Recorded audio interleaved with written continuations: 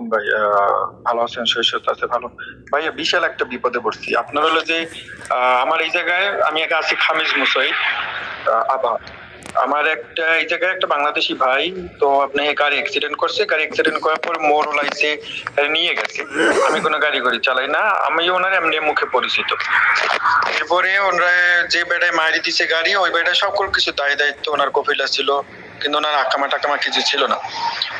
হঠাৎ করে একদিন ওনাকে দেখতে গেছি, আমারে বলছে কি যে আমি ওনার একটা কাগজে স্বাক্ষর দিব, কারণ ওনার অপারেশন হইব, যার কারণে যাতে ওনার যদি কোনো সমস্যা হয় তাহলে বা সাপোজ আল্লাহ না করুক যদি মরে টরে যায়, তাহলে জানে আমারে ফোন দিয়ে হারা জানাইতে পারে। তো তারপর আমি দিতে চাই না, তারপরও আমার কাছ থেকে নিচ্ছে, বুঝছেন, স্বাক্ষরটা। এখন হলো যে ওনারে এই জায়গায় অপারেশন কিচ্ছু হয় নাই, বর্তমানে উনি দেশে আছে। আর ওনার নাকি সাধারণ ক্ষমা ঘোষণা করে দিছে হাসপাতাল থেকে, যে ওনার কাছ থেকে কোনো টাকা টাকা লাগবে না। কিন্তু ওই যে আমি আকামা দিছি, আমার ওই আকামায় গ্রাম আইছে 4151 আইছে। এখন কি করণীয় আছে, বুঝছেন?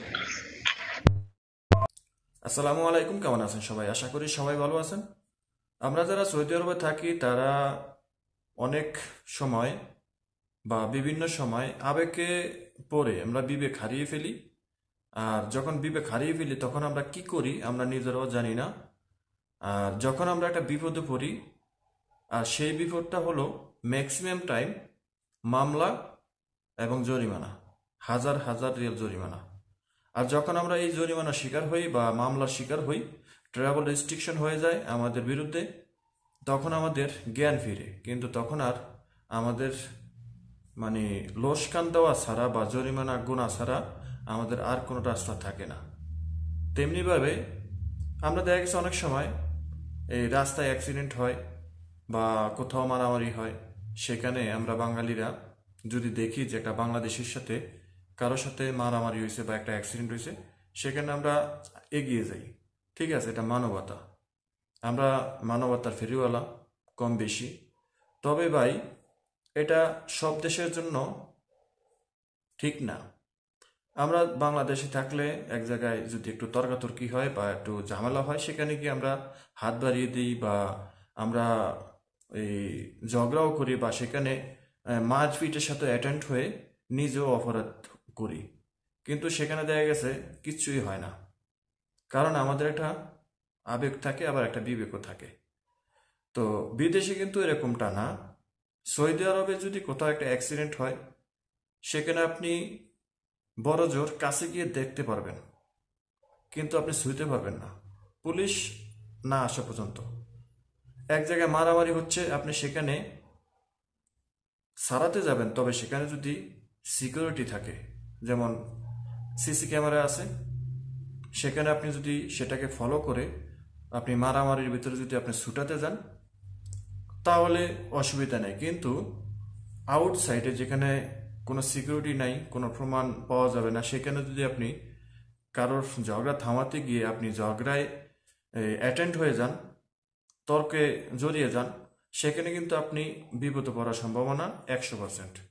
কিন্তু যেখানে একেবারে মানে আরো অনেক লোকজন থাকে বা কেউ আগাচ্ছে না, কিন্তু আপনি আবেগ বা বিবেকের তাড়নায় আগালেন, কিন্তু সেখানে তেমন একটা সমস্যা হয় না। তারপরে কিন্তু সেটা মানে মৌখিকভাবে আপনি ঝগড়া থামানোর চেষ্টা করতে পারবেন, কিন্তু কাউকে স্পর্শ করাটা খুবই রিস্ক হয়ে যায়। গত কিছুদিন আগে আমার এক বাংলাদেশি ভাই আমার পার্শ্ববর্তী এই থানা, তো এবং পার্শ্ববর্তী ডিস্ট্রিক্টও, সেখানে একটা অ্যাক্সিডেন্ট হয়, গাড়ি অ্যাক্সিডেন্ট হয়। গাড়ি অ্যাক্সিডেন্ট হয়ে কিছু সমস্যা হয়, অনেক ধরনের সমস্যা হয়, গাড়ি ভেঙে চুরে যায়, মানুষের ক্ষতি হয়। তো সেখানে আমার দেশীয় ভাই বিবেকের তাড়নায় ছুটে গেলেন, ধরলেন, শুইলেন, তারপরে ডাক্তারের কাছে নিয়ে গেলেন, সব কিছুই করলেন। দোষটা ছিল একজন বাংলাদেশির গাড়ি আর একজন সৌদির গাড়ি। দোষটা ছিল কিন্তু আমার যে বাংলাদেশির গাড়ি ছিল, সে বাংলাদেশির দোষ ছিল, সৌদির গাড়ির কোনো দোষ ছিল না। তো সেখানে আমার এই বাংলাদেশি ভাই আউটসাইড থেকে এসে ওনাকে সাহায্য করলেন বা ধরলেন, শুইলেন, হসপিটালে নিলেন, চিকিৎসা করলেন। ঠিক আছে, সেখানে তার ইকামা শো করিয়ে হসপিটালের চিকিৎসা করাচ্ছেন, সেখানে তার সাইন লাগছে সেটাও দিছে, বিবেক এবং আবেগ। কিন্তু পরবর্তীতে তার কি হবে সেটাতে সে মানে একবারের জন্য ভাবে নাই। তো আমাকে গত 2 দিন আগে, এই ভিডিওটা করার একদিন আগে আমাকে জানালেন হোয়াটসঅ্যাপে যে ভাই আমি তো এই ধরনের সমস্যায় পড়ে গেছি। তার সাথে ঘটনাটা বেশ কিছুদিন আগে ঘটে। তো যেই বাঙালির গাড়ির সাথে এবং আদার গাড়ির সাথে অ্যাক্সিডেন্ট হয়, সেখানে কিন্তু এই যে চিকিৎসাধীন যে খরচটা লাগে, সেই খরচটা কিন্তু বাকিতে হয় এবং সেখানে একটা মামলাও হয়। তো যেই লোকটার গাড়ি বাঙালির, সেই লোকটা কিন্তু এখন বর্তমানে বাংলাদেশে চলে গেছে।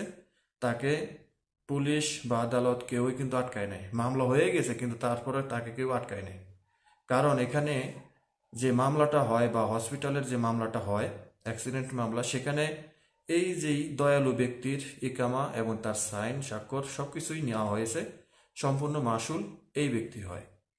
আর যেই ব্যক্তি অপরাধ করছে, অ্যাক্সিডেন্ট করছে, সেই ব্যক্তি অলরেডি বাংলাদেশে চলে গেছে ওনাকে আটকিয়ে রেখে। এখন ওনার নামে 5,000 রিয়ালের কাছাকাছি, 5,000 রিয়ালের কাছাকাছি একটা অ্যামাউন্ট চলে আসে হসপিটাল থেকে, এবং সেটা পরিশোধ না করার কারণে তার বিরুদ্ধে এলিগেশন মামলা হয়ে যায় এবং সফর মামনু মামলা হয়ে গেল। এখন সে গ্যারাকলের ভিতরে আটকিয়ে পড়ল। এখন আমাকে জিজ্ঞাসা করে যে ভাই আমি কি করতে পারি।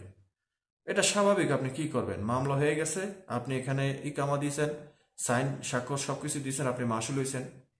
তা আমাকে বলে যে যেই লোক অপরাধ করছে, যার গাড়ির সাথে অ্যাক্সিডেন্ট, সেই লোক দেশে চলে গেছে, তারা আটকায় নেই, তারে সাধারণ ক্ষমা করে দিয়ে তারা দেশে পাঠিয়ে দিছে। কিন্তু আমার মোবাইলে এই বিলের মেসেজটা চলে আসছে, কোর্ট থেকে 500 রিয়াল কোর্ট ফি এবং 4,000 রিয়ালের মতো তার যে হসপিটালের বিল বাকি আছে, সেই বিল বাবদ মামলা তো হয়েছেই, তো সেই বিলটা পরিশোধ করতে হবে। সাথে কিন্তু কোর্টের 500 রিয়ালও কিন্তু পরিশোধ করতে হবে। এবং তাকে প্রথম একটা মেসেজ দিছে, 5 দিনের ভিতরে হসপিটালের বিল পরিশোধ করতে হবে, অন্যথায় মামলা হয়ে যাবে। 5 দিনের ভিতরে সে পরিশোধ করে নাই, পরবর্তীতে মামলা কোর্টে চলে যায় এবং তাকে কোর্ট থেকে আদেশ করে 15 দিনের ভিতরে এই টাকা পরিশোধ করতে হবে। এখন এই টাকা যদি পরিশোধ না করে কি হবে? এই টাকা পরিশোধ অবশ্যই করতে হবে, আর যদি না করে তাহলে সে দেশে যেতে পারবে না, 10 বছর তার সফর মামনু। এবং এমনটাও হতে পারে, যেহেতু এটা পুলিশ কেস, সেখানে এটা ডাবলও হতে পারে। ঠিক আছে, এটা কিন্তু ডাবল হয়ে যাওয়ার সম্ভাবনাও অনেক বেশি।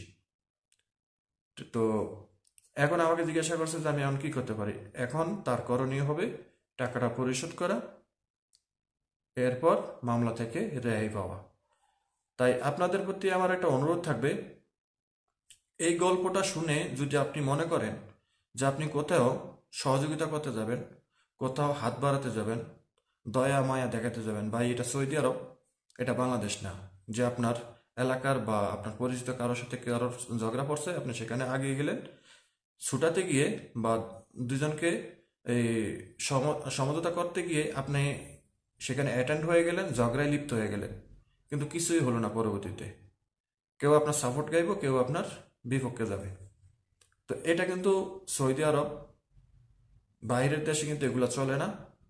তো এই যে বাস্তব যে কাহিনীটা, বাস্তব কথাগুলো বা বাস্তব ঘটনাগুলো আপনারা শুনলেন, এই পরিপ্রেক্ষিতে আপনি বা এইটার মধ্য দিয়ে আপনি কি করবেন সেটা আপনি অবশ্যই বুঝতে পারছেন। সৌদি আরবে বিশেষ করে যারা সৌদি আরবে আসেন, অ্যাক্সিডেন্টের সময় ধরা নিষেধ, আমি প্রথমে বলছিলাম, শোয়া নিষেধ, আপনি গিয়ে দেখতে পারেন।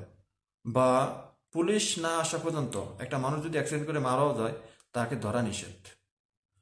এক জায়গায় মারামারি হচ্ছে, সেখানে আপনি 10 মিলে ধরতে পারেন, কিন্তু আপনি একা গিয়ে সেখানে ঝগড়ায় লিপ্ত হতে পারবেন না বা তর্কে জড়াতে পারবেন না। আপনি মৌখিকভাবে তাদেরকে সরিয়ে দেওয়ার চেষ্টা করতে পারবেন, বা আপনি এমন একটা মুভমেন্ট থাকতে হবে যেটা আপনি দুইজনকে সরাচ্ছেন। ঠিক আছে, সেরকম একটা মুভমেন্ট থাকতে হবে। কিন্তু আপনি কোনো পক্ষপাতী হয়ে কারোর সাথে আপনি তর্কে জড়াতে পারবেন না। ঠিক আছে, এগুলা অনেক মানে সেন্সিটিভ ব্যাপার এবং অনেক রিস্ক। আপনারা অবশ্যই এগুলা মেনে চলবেন। কারোর জন্য এরকম মানে হাত পেতে অগ্রিম উপকার করতে যাবেন না, গেলে কিন্তু এই বাঁশ খাইবেন। ঠিক আছে, তো আশা করি বুঝতে পেরেছেন। ভিডিওটা যদি ভালো লাগে শেয়ার করে দিবেন, যেন সবাই সতর্ক হতে পারে। চ্যানেলে নতুন হলে চ্যানেলটি সাবস্ক্রাইব করে রাখবেন, পাশে থাকা বেল আইকনটা অন করে দিবেন। আল্লাহ হাফিজ।